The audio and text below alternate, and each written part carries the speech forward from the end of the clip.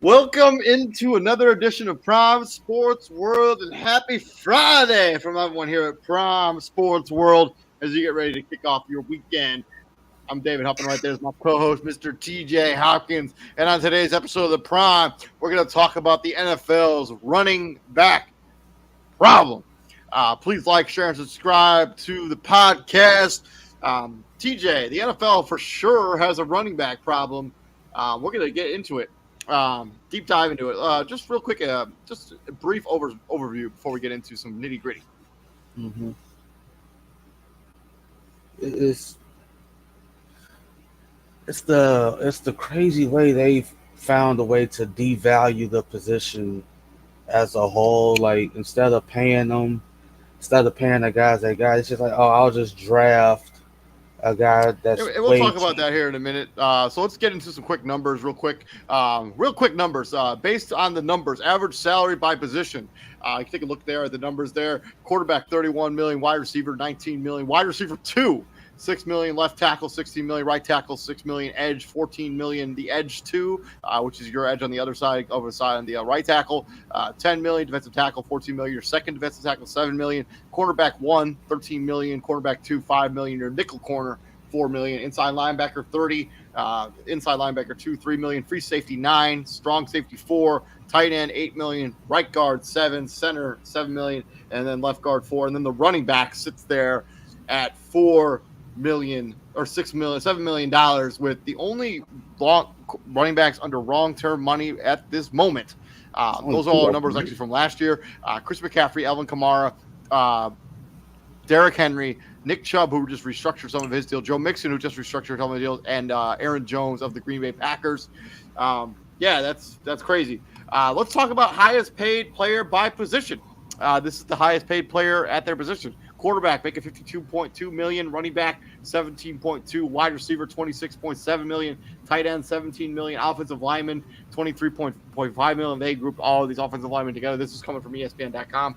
Cornerback $27.7 million, edge $30.5 million. TJ Watt making a whole bunch of money. Defensive tackle $31.6, inside linebacker $20 million. Do you know the linebacker making that? Linebacker making $20 million. Yeah. Who's the highest paid linebacker in football right now? Inside linebacker, that is. No clue. It's Roquan Smith. Safety, 19.6. Kicker, $6.2 million. Long snapper, $1.6 million. And $3.9 million for your punters of the world. As we look at the running back being the most disrespected position in the league. There's some numbers right there. And then the running back problem. Players not reserving long-term deals. If they do receive long-term deals, they are usually cut before that deal is completed.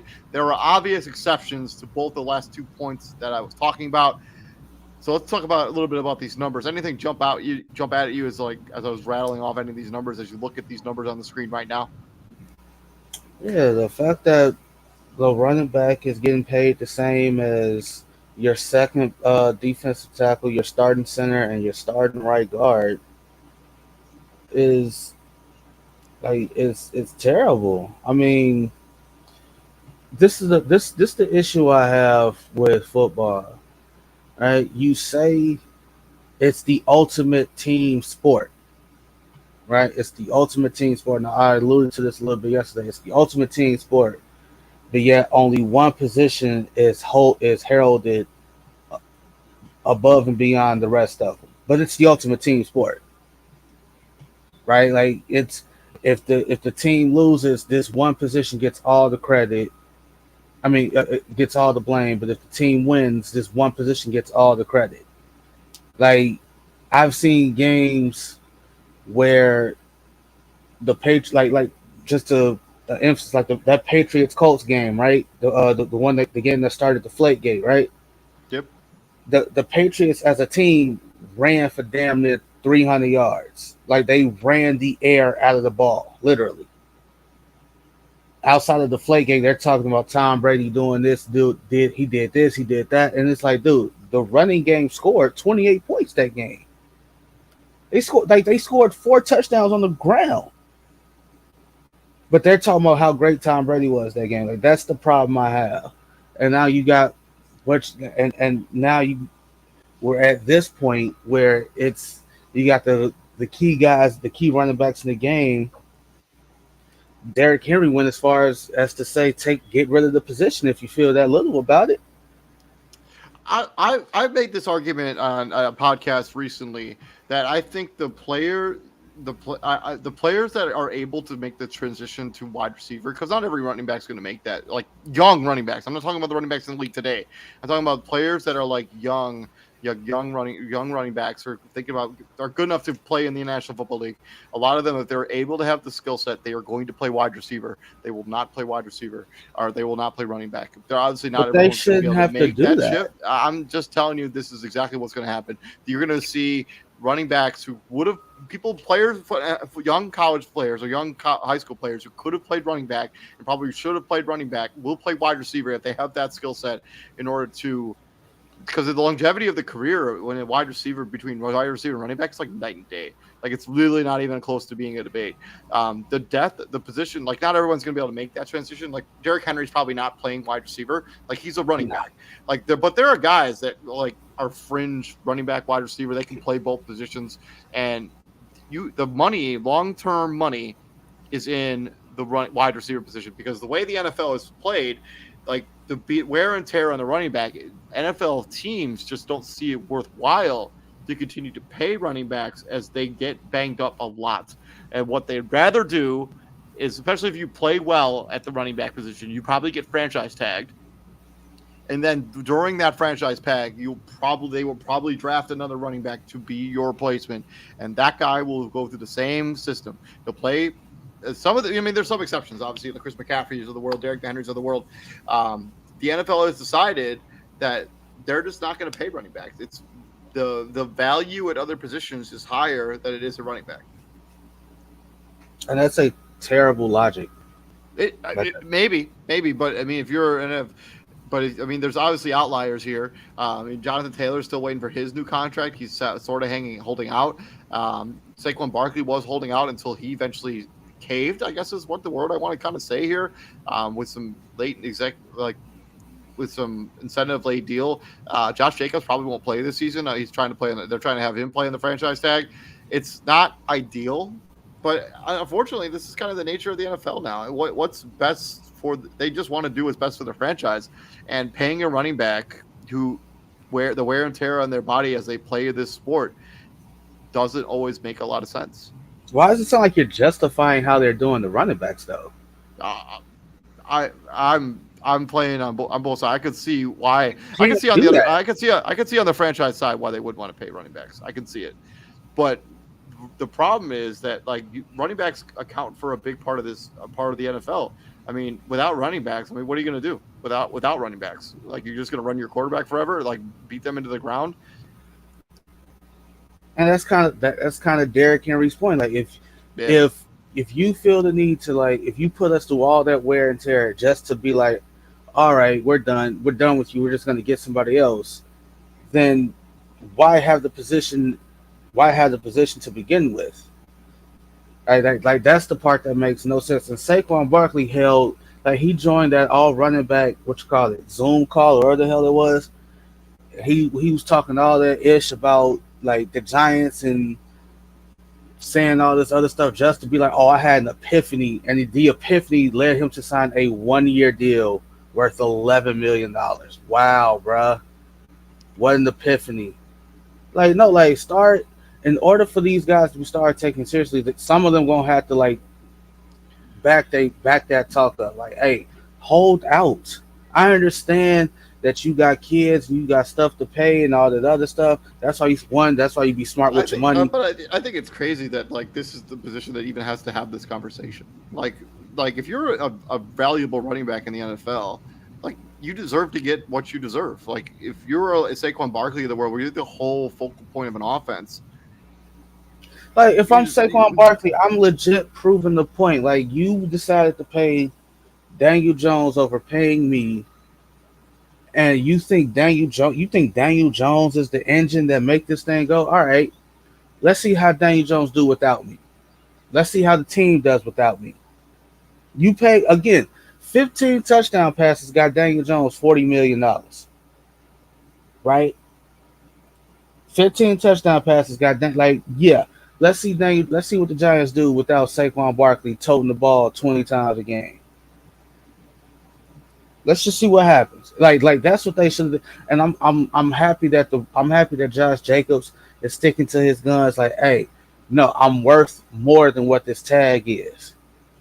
I'm worth more than that. I mean, yeah, it's worth $10 million. As I mentioned, yeah, there's only like a handful of running backs that are even on long-term deals as at the time of this taping. Like, I'm like the position becomes so devalued is because NFL teams they feel like they can just get a guy and just do like 3/4 of what that other guy did and save themselves a bunch of money. But like the running, like it's tough. It's tough to even like because running. That's like, I'm not sure what the solution is here even. I know. So when the next CBA that they have, right? They like it's legit conversation. Hey, the back-to-back tag that gotta go.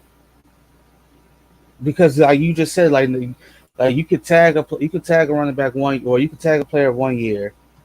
They go. Well, you can tag a running back up to 3 or any position up to 3 times. That's what I'm saying. Like I'm saying, it's more so used. It's more so used on running backs than any other position. It's true.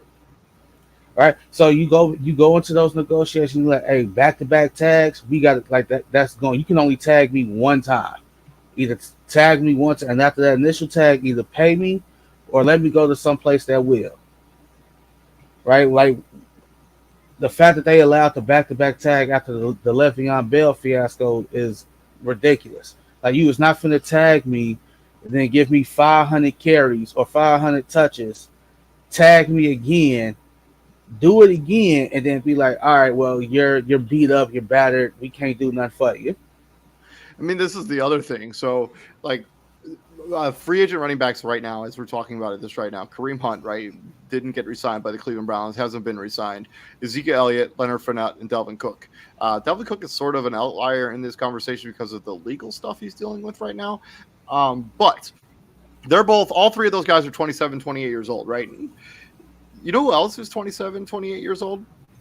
I'm McCaffrey, like 27. Myles Garrett, Deebo Samuel, and Budda Baker. Do you think that the teams that have those players under contract are thinking about moving off of those players? Hell no. Of course they're not. They're prime. Like all of a sudden you're damaged goods at 27 because you had a bunch of carries as a running back, and now at 27 years old you can't find a job. That's tough. And Deebo Samuel, like when they restructured, like when they had to re-up him, like no, he like no, pay me like a wide receiver, but they play him in the backfield. They line him up as a running back. They do all this like Deebo Samuel takes a beating. Excuse me. Deebo Samuel takes a beating over the course of the season with the way they get the ball in his hands. Myles Garrett takes a beating, seeing 2, 3, 4 bodies at a time sometimes. Yeah, offensive linemen take a beating. I mean, defensive tackles take a beating.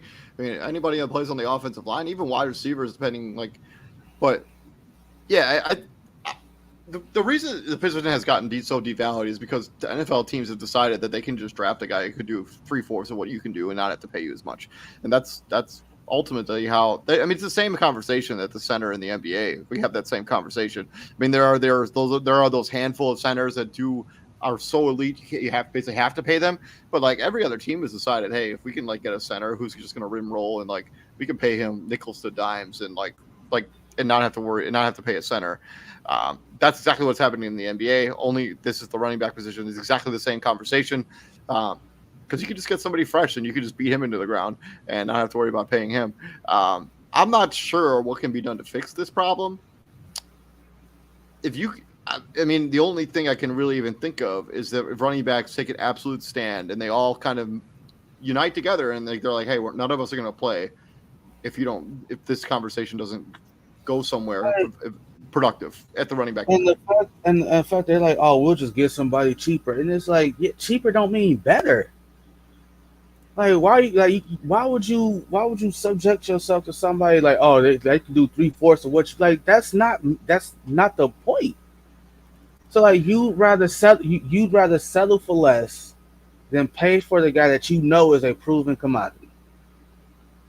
Yeah, I think NFL teams would rather take that dice roll.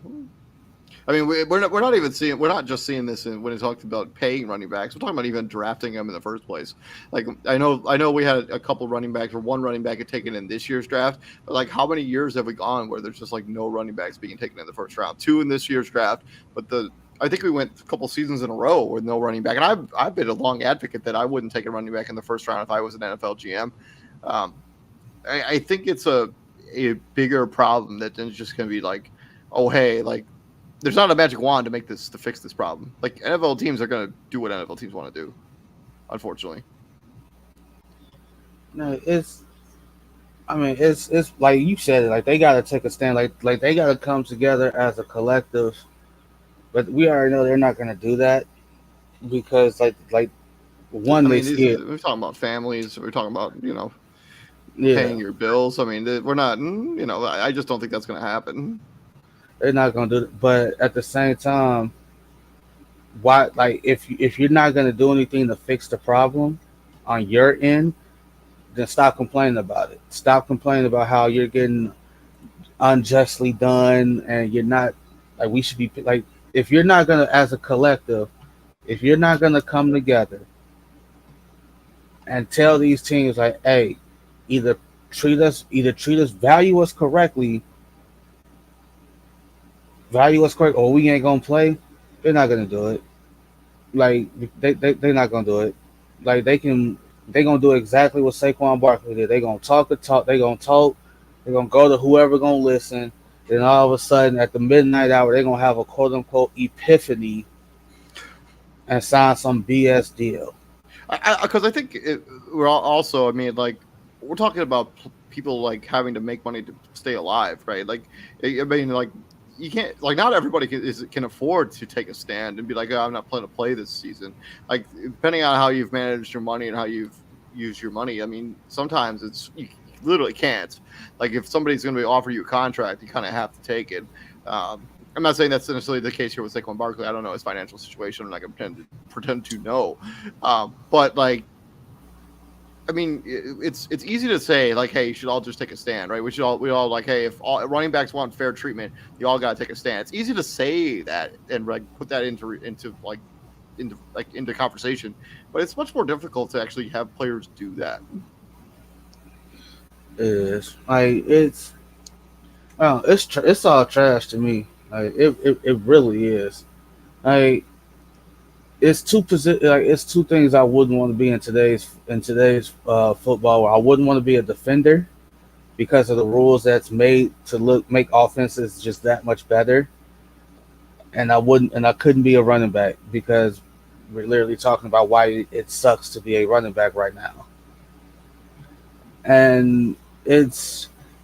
I legit remember when Chicago made the decision to move off of Matt Forte to go to Jeremy Langford, and look how that worked out for the Bears. But Matt Forte wasn't exactly great in New York either. I mean, we can make the same conversation for Thomas Jones when we finally moved up for Thomas Jones for Cedric Benson. I mean, there's been multiple running back. I mean, he's kind of the opposite of that case, but like. like not every running back's going to be Frank Gore, like playing forever. Like, but Frank Gore also played in a completely different era where running backs were more valued then. Like you were willing to play a running back into their 30s. Like that's also not the point I'm getting at. Like they like two instances like where the Bears thought they had the next guy younger, cheaper, whatever. Then they moved off of two guys, like two studs. Two studs. Thomas Jones over 10,000 rushing yards. Matt Forte came up just a little short on the 10K marker, and the guy that they chose to be both borderline Hall of Famers, and they both chose to go elsewhere. And Thomas Jones, like you take that back, what you said about Thomas Jones in New York, he was great in New York. He had over. I was talking about Matt Forte in New York. Thomas Jones was excellent in New York. He was a 1,000-yard running back. He was on my fantasy team when I won my first chip. So I was not talking about Thomas Jones. I love Thomas Jones. It's just like you go from, but like you can see the damage was done for Matt Forte. He had basically 2,400 attempts in his career, and you take out the years in New York, 316, 258, 237, 203, 248, 289. Does that even include his catches out of the backfield as a wide receiver? No, that's just him. That's just handoffs. Yeah. Like him taking Matt Forte had over 400 touches every single season. Like it's ridiculous. And then, but the guy that you chose to go to be the heir apparent after those two didn't work. Like Jeremy Langford was out of the league in 2 years. It's trash. But like that's what happens when you play it cheap. That's legit what happens when you decide to be cheap. Like every running back ain't gonna be, every late round draft pick that you get ain't gonna be Isaiah Pacheco, who just lucked up to be in the cheap system. Yeah. Right? So like folks look at that and be like, well, look at the Chiefs. They got Isaiah Pacheco in the 7th round. Yeah, what other team has Pat Mahomes and Andy Reid and Travis Kelce? Well, I think the real argument there is like players that like late round running backs have been drafted and been productive like almost right away. Like James Robinson last season. I think James Robinson was an undrafted rookie 2 years ago, and he got basically ran into the ground. He's a free agent. He hasn't even been signed. Or no, he's in New York, I think. As a member of the Giants. As a backup. Like that's I don't know. Like you get chastised for drafting the running back in the 1st round, which makes no sense to me. It's like, oh, you could have got this guy in the 2nd round. You don't know that. That's my big gripe. Like, and you say I'm a big proponent of not drafting the running back. I've been a big proponent of not drafting the running back in the 1st round. Why? That there's no guarantee. I just personally feel that the value at other positions is higher than taking a running back. So go back to 2015, the 2015 draft. The Cowboys drafted Zeke 4th overall. You mean to tell me he was going to be there later in the 1st or the 2nd round? I think you have to be comfortable with missing out on a guy. Like the career longevity of taking a running back in the 1st round is not as long as taking literally any other position in the 1st round. Like talking about the draft. So in 1981, 1985, running backs used to go in the 1st round. Let's do 86 to 90. 55% of the time, running backs were drafted in the very 1st round. What do you think that number is now? Of the number of running backs taken in an NFL draft in 86 to 90, 55% of the whole running back class in a given draft class was taken in the very 1st round. 55%. What do you think that number is now? 26%. Actually, the number is kind of flip-flopped a little bit. So in 86 90, 55% of the whole running back class was taken in the 1st round. And then rounds 2 and 4, 25% of that class was taken. In 2016 to 2022, 26% were taken in the 1st round, 51% taken in round 2 through 4, which also means the one less guaranteed year on the contract. It also includes way less money as opposed to being a 4th round pick, as opposed to being a 1st round pick. Yeah, we're seeing a definite shift when it comes to how running backs are even drafted. Ramondre Stevenson was taken in the fourth round. He's going to be a starting running back next year. Um, he's going to be making $750,000. Najee Harris, who was a first round pick in 2021, he's making $3.3 million this season. Who's another guy I doubt the Steelers do him bogus though, because they just don't seem they just don't seem the type, especially like with what they And subjected him we have to. guys like Austin Eckler, who's looking for He's another looking for a new contract. deal. Yeah. And I think the other thing that's also happened in the NFL is that quarterbacks have become more involved in the running game more now than ever before. Um, and so they're eating into some of that running back value because you can have a quarterback that can run now more so than you did, 10 years ago, even, But or you even ain't five.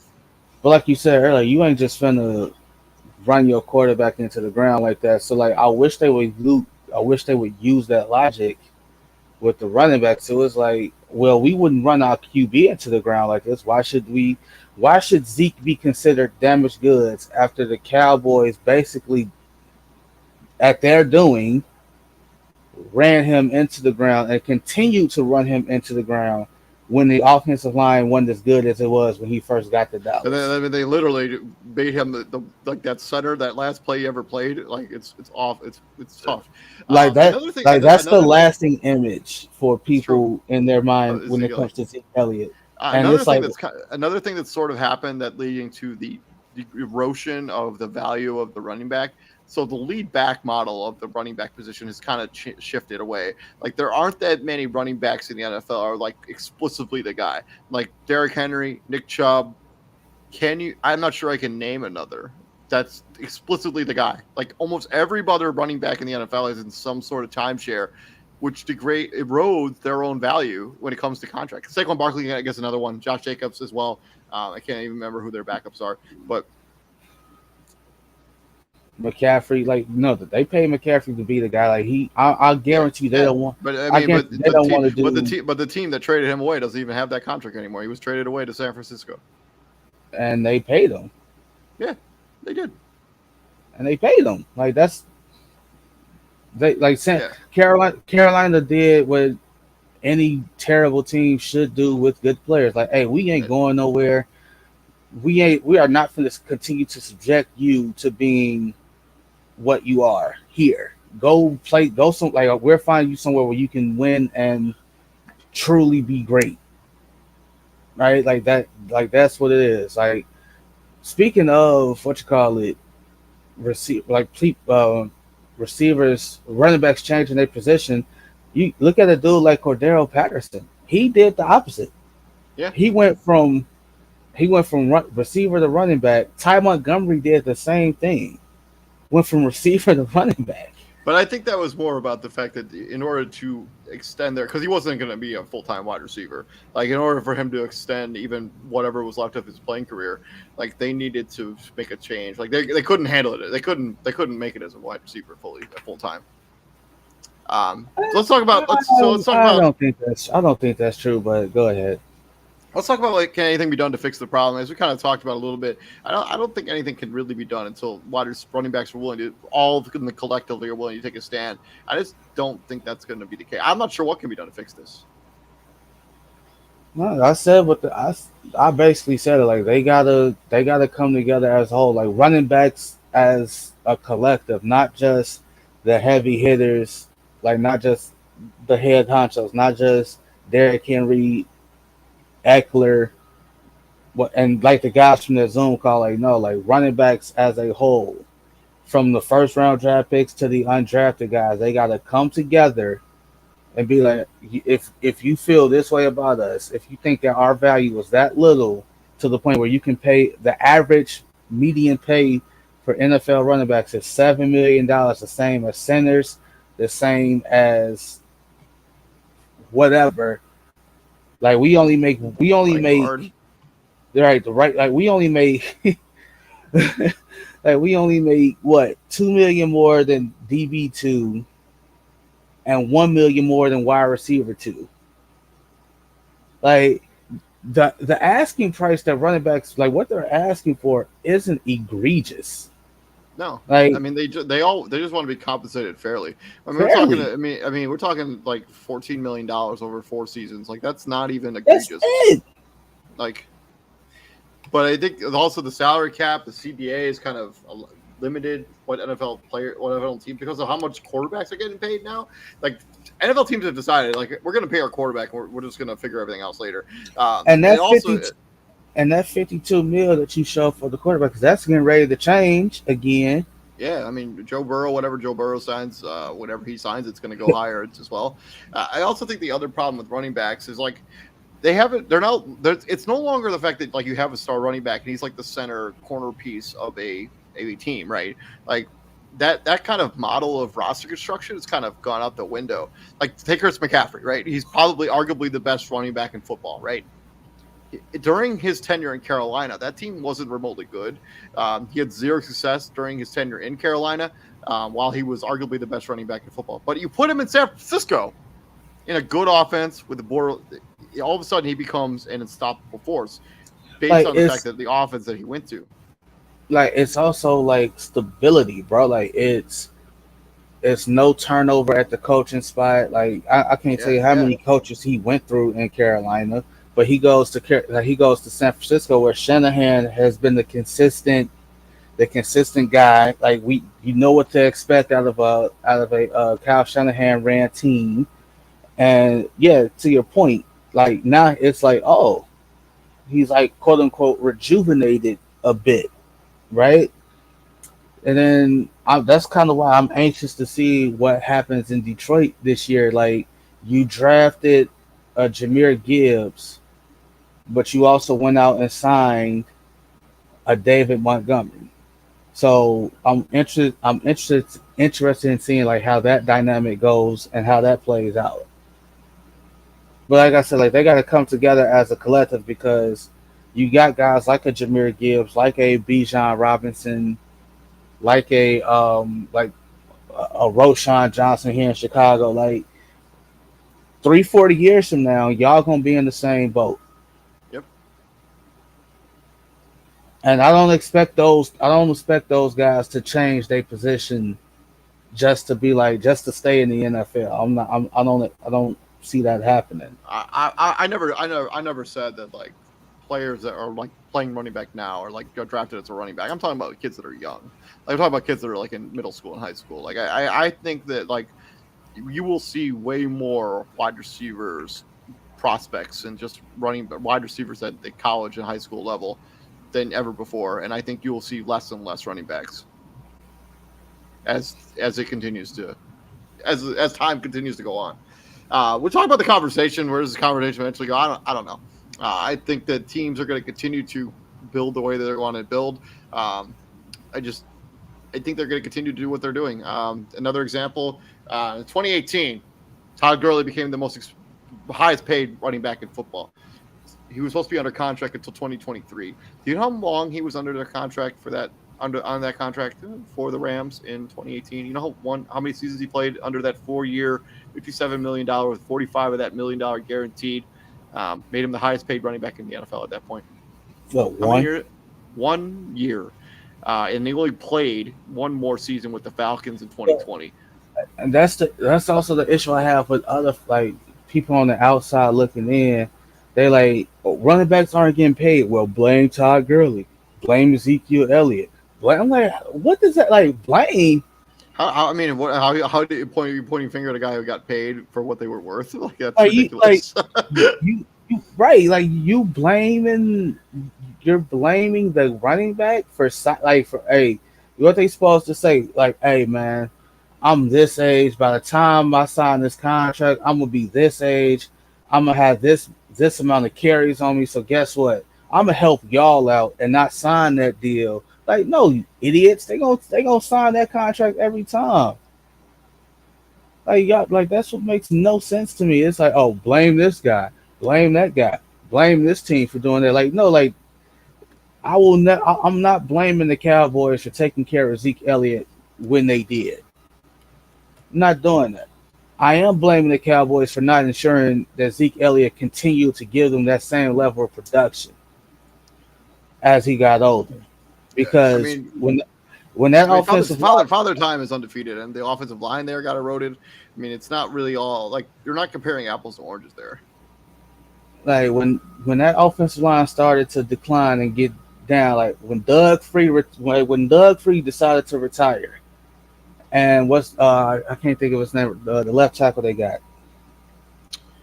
Tyron Smith. Tyron Smith. So He's still there, but I know he's still there, but like he like the amount of injuries he's had over the last 3 years is it's tough. I concerning. mean, they dusted up Jason Peters for a reason a couple of years For yeah, and Jason Peters is 40. Yeah. Right. So like when you started to notice that Zeke was hey, his yards per game, his yards per season is dropping, but we keep giving him the ball 250 times a season, but his yards is going down. Don't you start to think like, hey, maybe it's the guys up front that's not contributing, because he went from 116 or whatever to one something to 90 something to 80 something down to 60 something. Like now he's out of the league and looking for a job. Yep. Yeah, I'm not sure where this conversation eventually goes. I'm not sure anything ever changes. I think NFL GMs and the way they want to build a roster, I think they're going to continue to do it this way. I don't think there's going to be, unless they're like a real unless a real shift, I just don't think there's going to be a resolution that running backs are going to enjoy. Like I think they're going to continue doing the same. Like they're going to draft a running back somewhere in the draft. They're going to have them on their roster for 4 seasons. And then when those 4 seasons are up, if they're productive, they'll get franchise tagged, and they'll draft whoever is going to be their quote-unquote replacement during that offseason, and they'll continue the cycle over and over again. And that would be I think that's just the future of the position. And I think as we start to continue to happen, we're going to see more and more young kids who could have played running back in high school and college play wide receiver or literally anything else. And it's sad because running back used to be one of the most important positions in the NFL. And it still is. It still is. I mean, talking about a guy who's going to get 300 touches for your team you don't want to pay. I don't get it. Like not only that, but like you ask him to catch at, like, to be a running back in today's NFL, like you got to run for 1,000. Like, you got to be able to run for like anywhere from. I know this is a wide margin but that's kind of the marker that's been set thanks to Derrick Henry. Like you gotta be able to run from anywhere from 1,000 to 2,000 yards, on top of catching 500 to 800 yards out of the backfield. Like that's what you got. That's what you got to do to be a running back in today's NFL, and you got to pass block, and you got to chip block. So yeah, I'm with you. I don't know what's gonna happen, but I don't see a happy future. I don't see a happy future. But yeah, thank you very much for us out here. Let us know down in the comment section what you end up thinking happens with the running back position here in the NFL as the NFL tries to navigate their running back problem. I don't see a resolution that is satisfactory to at least most running backs in the NFL over the next handful of seasons, unless there's a major rhetoric change. But that's just me. But thank you very much for joining us. My name is David Huffman. Right there is my co-host, TJ Hopkins. And TJ, please like, share, and subscribe to the podcast as well. And TJ, what do we do here at the prom, my friend? We bring the heat, and it's about to start storming. It's coming, round 2. The storm's coming here too as well. So quick story. Yeah. So I went to swim in my apartment complex pool yesterday, and when I got home, I threw like all my swim trunks and my towel and stuff like on my balcony. And when I wake up this morning, I'm just like, is that storming? Is it storming? And so I had to run out into my balcony and get these towels and like drag them into my apartment, dude. It was a whole mess. Why didn't you just wash them? Because you're gonna wear them again. Why didn't you just wash it? I mean, I'm just gonna use them again. I mean, I don't have that many pairs of swim trunks, DJ. I'm not Mr. Moneybags over here. Like, one pair. Like, I'm out. But anyways, Izzy's gonna be doing a bunch of shows, podcasts tomorrow, breaking down MLB trade deadline along with some of the fight stuff going on. Sunday we'll be back here with our 8th episode special. We got a bunch of trivia, a bunch of fun. Have you ever done the cross grid yet, TJ? Yeah, I'm pretty sure we've done that. No, the NBA cross grid. It's something new. We're gonna be doing that on Sunday. It's gonna be fun. We'll be back here though. You all have a good weekend. Stay safe out there, and hopefully you guys can stay cool. And the storms. My internet connection's having them right now. So I'll see you later, TJ. See ya.